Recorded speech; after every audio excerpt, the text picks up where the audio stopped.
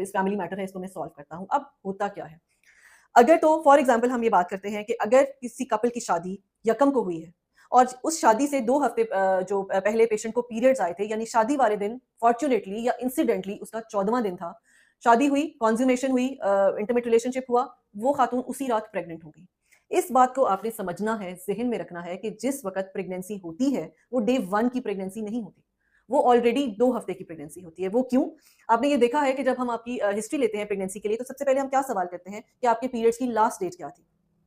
तो जो आपकी प्रेगनेंसी है उसको हम first day of last period से काउंट करते हैं। सो अगर 14 तारीख पेशेंट को पीरियड्स थे, यकम को उसकी शादी होगी, तो ओव्यूलेशन डे में थी, उसने कंसीव कर लिया, यानी कि 2 हफ्ते तो ये हो गए। अगले 4 हफ्ते यानी महीने बाद उसको पीरियड्स मिस हुए, वो डॉक्टर के पास गई और करते कराते इस तरह से वो 6 वीक्स बन गए। यानी वो 6 वीक्स उस एग की एज थी, उस एम्ब्रियो की एज थी, जो हम काउंट करते हैं from the very first day of last periods.